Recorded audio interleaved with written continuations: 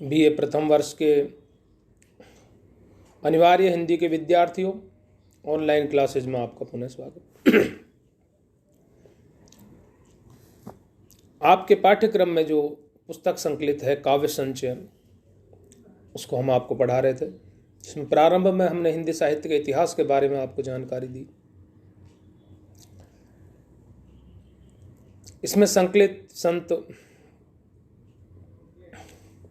कबीर के बारे में आपको बताया, उनका कृतित्व, व्यक्तित्व, उनकी काव्यगत विशेषताएं, उनका समाज सुधार। फिर मैंने उनके जो दोहे हैं उनकी व्याख्या प्रस्तुत की। आपको सबको समझ में आई, अच्छा रेस्पॉन्स मिला। फोन पर भी काफ़ी विद्यार्थियों ने प्रतिक्रिया व्यक्त की, बड़ा अच्छा लगा।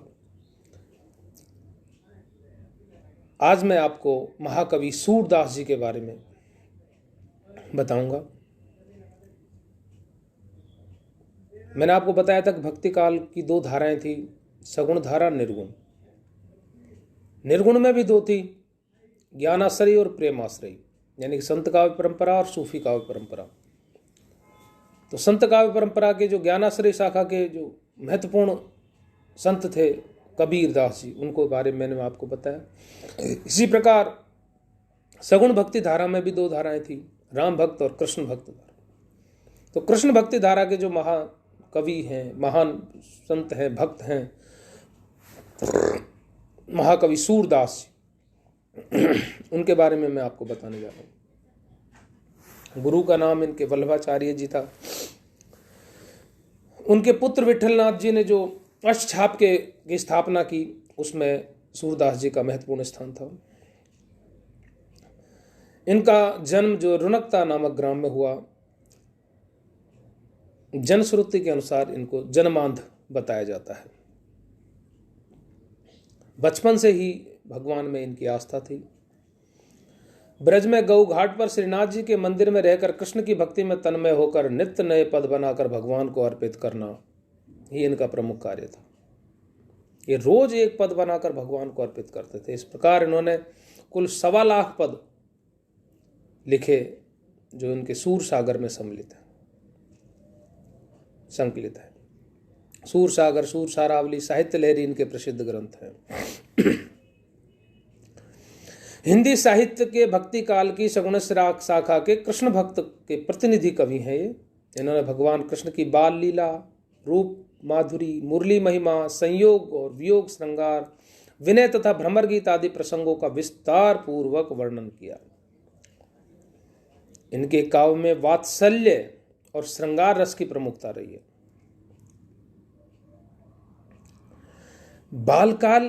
बाल्यकाल और यौवन काल के जीवन की जो रमणीयता है, उसको उन्होंने बहुत ही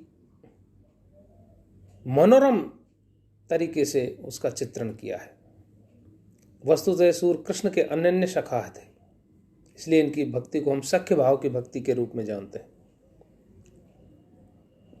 ये गीति काव्य के गायक भी थे। इनके काव्य में गीति तत्व की प्रधानता है। इनकी सभी रचनाएं गेय हैं, विभिन्न राग रागनियों में बंधी हुई हैं, उन्हें गाया जा सकता है। इनका जो भ्रमर गीत है, उसमें खास करके इन्होंने सगुण का मंडन और निर्गुण का खंडन किया है। सगुण की स्थापना करने में इनको अपूर्व सफलता भी मिली है। कुल मिलाकर सूर हिंदी के भक्ति साहित्य आकाश के सूर्य की तरह सदैव पाठकों के सामने चमकते हैं और चमकते रहेंगे। कहते हैं कि प्रारंभ में ये विनय के पद लिखा करते थे। इनमें प्रभु की लीलाओं का चित्रण, अपनी हीन भावना, प्रभु की महानता, इस तरीके का एक काव्य लिखा करते थे, जिसमें भगवान की महिमा, स्वयं को तुच्छ बताना, पापी बताना और अपने उद्धार की कामना ईश्वर से करना। उसके पश्चात एक बार वल्लभाचार्य जी ने देखा कि ये इस तरह की रचनाएं करते हैं जिसमें बड़ा डर लग रहा है इनको संसार से, अपने पाप से और अपने अधमपन से। अपनी ये हमेशा ही बुराई करते हैं और ईश्वर से प्रार्थना करते हैं कि मेरे जैसे बुरा, दुष्ट और पापी आदमी का आप उद्धार करिए। तो जैसे जैसे घिघिया रहे हैं, जैसे डर रहे हैं, जैसे रो रहे हैं हमेशा ही। तो उन्होंने इनको कहा वल्लभाचार्य जी ने कि सूर है कैसो घिघियात कहाँ कछु लीला गान कर, कि तू तो सूर है, ऐसे क्यों घिघियाता है, कोई लीला का गान कर, लीला। तब से जाकर के इन्होंने लीला गान शुरू किया था। क्योंकि विनय के पदों में तो भक्त की हीनता, प्रभु की महानता का ही चित्रण किया जाता है, परंतु अब फिर इन्होंने प्रभु की लीलाओं का वर्णन शुरू कर दिया।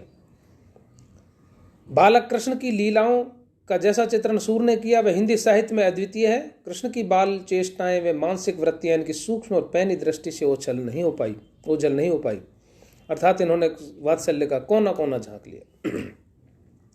वात्सल्य और श्रृंगार का तो ये कोना कोना झांका है। श्रृंगार के संयोग और वियोग दोनों पात्रों का विशद चित्रण करने में इन्हें अपूर्व सफलता प्राप्त हुई है। सूरदास का सूर सागर प्रमुख है। साहित्य लहरी में दृष्टकूट पद है, सूर सारावली। राधा कृष्ण के बाल्यकाल के प्रथम मिलन का स्नेह स्वाभाविक गति से यौवन के प्रेम में परिवर्तित हो जाता है। संयोग वर्णन में गोपियों के साथ कृष्ण की उछल कूद तथा हास विलासमयी क्रीड़ाओं के यथार्थ चित्र सूर ने अपनी लेखनी से लिखे। वियोग वर्णन के चित्रों में भी सूर अपना सानी नहीं रखते। भ्रमर गीत के अंतर्गत विरह की सभी दशाओं का वर्णन किया गया है, जिससे कठोर हृदय की करुणाद्र हो जाए, कठोर आदमी भी पिघल जाए। सूर का कला पक्ष भी भाव पक्ष के समान ही सफल हुआ है। इनकी भाषा ब्रज है, ब्रज भाषा है छात्रों इनकी। यह भाषा संयत, सुव्यवस्थित और गठी हुई है। भावों के अनुरूप ही भाषा सहज, स्वाभाविक और प्रवाहशील हो गई है। भाव के पीछे भाषा अपने आप चलती गई है। भावों के अनुरूप ही भाषा सहज, स्वाभाविक और प्रवाहशील हो गई है। उसमें माधुर्य, प्रासाद और यथास्थान, ओज आदि के सभी गुण देखने को मिलते हैं। उन्होंने संस्कृत के तत्सम शब्दों का, ब्रज भाषा के ठेठ शब्दों का, फारसी, अवधी, पंजाबी, गुजराती तथा बुंदेलखंडी शब्दों का प्रयोग अपनी रचना में किया है। अलंकारों के अंतर्गत उपमा, रूपक, उत्प्रेक्षा आदि अलंकारों का प्रयोग अधिक हुआ है। उपमा रूपकों की तो उत्प्रेक्षाओं की तो जैसे बाढ़ सी आ जाती है जब वो कर। अलंकार स्वाभाविक रूप से आए हैं, उन्होंने अलंकार ठूंसे नहीं है। अलंकार करना, अलंकार या चमत्कार उत्पन्न करना उनका उद्देश्य ही नहीं रहा। वो तो भाव से उन्होंने कविता की है और उसमें अलंकार या अन्य जो विशेषता है काव्यगत वो स्वाभाविक रूप से आ गई है। अलंकारों के अंतर्गत वो उपमा, रूपक, उत्प्रेक्षा आदि अलंकारों का प्रयोग है। सूर ने इन अलंकारों का आरोपण नहीं किया, अपितु ये स्वतः ही आ गए, स्वतः ही आ गए।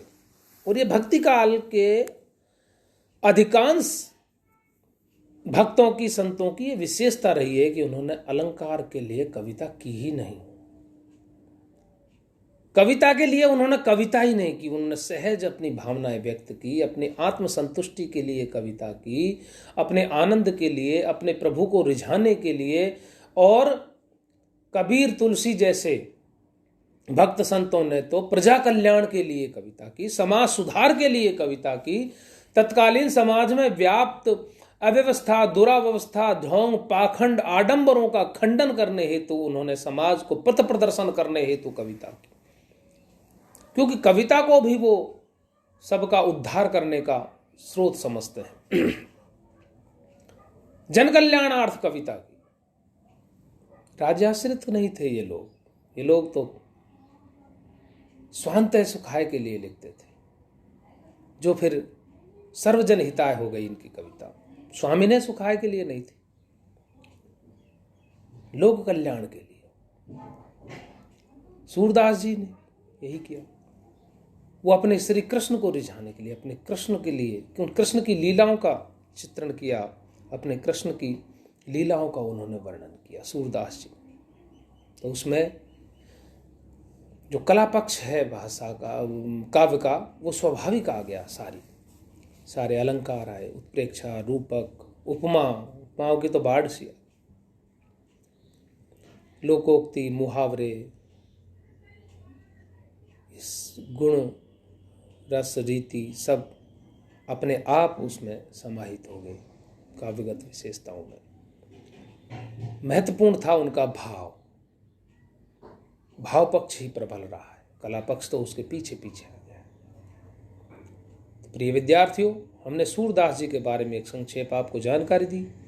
इसे आप देखें, सुने, इसमें कोई समझ में नहीं आया तो उससे हमें से पूछें, और एक बार सूरदास जी के इस वीडियो को आप पुनः देखें, तब मैं इसकी आपको अगले वीडियो में व्याख्या कराऊंगा। तब तक के लिए धन्यवाद।